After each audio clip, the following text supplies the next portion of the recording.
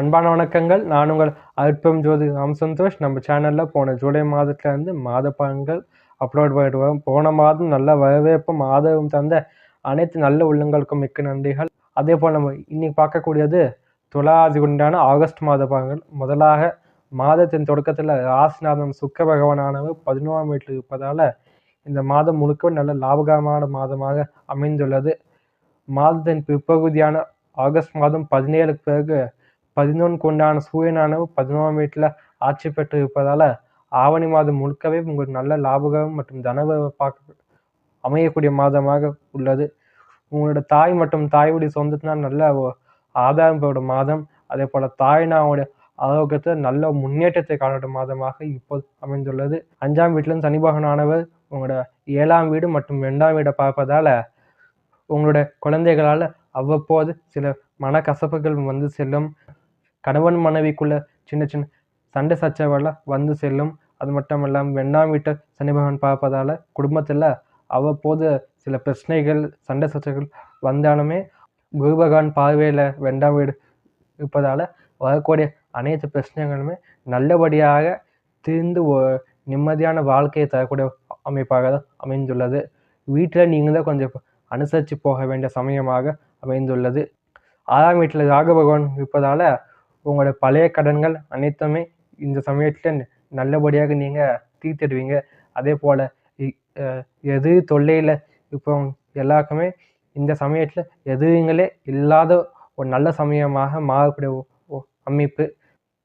உங்களோட மாமியார் வழி சொந்தத்தினாலாகட்டும் மாமியார் வீட்டினாலாகட்டும் நல்ல ஒரு சப்போர்ட் பெறக்கூடிய சமயமாக இப்போது அமைந்துள்ளது.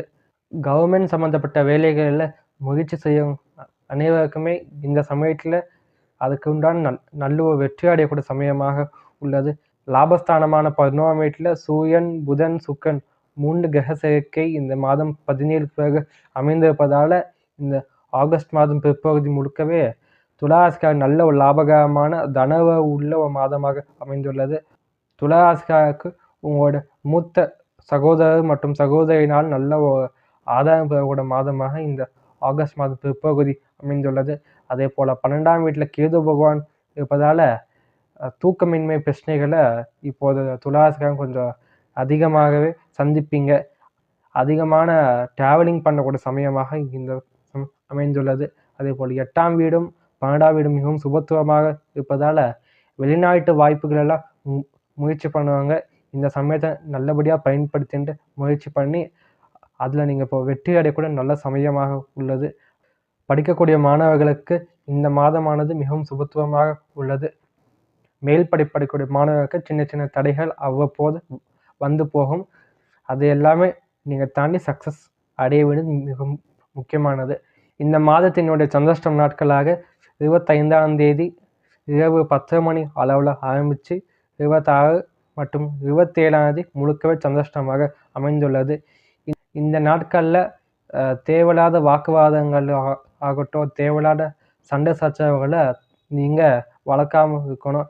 அதே போல் வேலை செய்யக்கூடிய இடத்துல அதிகமாக பேசாமல் சைலண்ட்டாக இருந்து உங்களோட வேலை என்னவோ அது மட்டும் நீங்கள் பார்க்கறது மிகுந்த அவசியமாக அமைந்துள்ளது. மொத்தத்தில் இந்த ஆகஸ்ட் மாதமானது துளாராசிக்காரருக்கு 100க்கு 75% நல்ல பலன்களை அமையக்கூடிய ஒரு நல்ல மாதமாக அமைந்துள்ளது. மேலும் பல ஜோதிடம் மற்றும் ஆன்மீக தகவலுக்கு நம்ம சேனலை சப்ஸ்கிரைப் பண்ணிக்கோங்க. லைக் பண்ணுங்கள், ஷேர் பண்ணுங்கள். மறக்காமல் உங்களோட தனிப்பட்ட கருத்துக்களை கமெண்ட் பாக்ஸில் பதிவு செய்யுங்க. பர்சனல் ஜாதகத்தை பார்க்கணுன்ட்டு விருப்பப்படுவாங்க கீழே தரக்கூடிய வாட்ஸ்அப் நம்பருக்கு வாட்ஸ்அப் பண்ணுங்கள். அதுக்கு உண்டான டீட்டெயில்ஸ் உங்களுக்கு அமைச்சிக்கப்படும். நன்றி, வணக்கம்.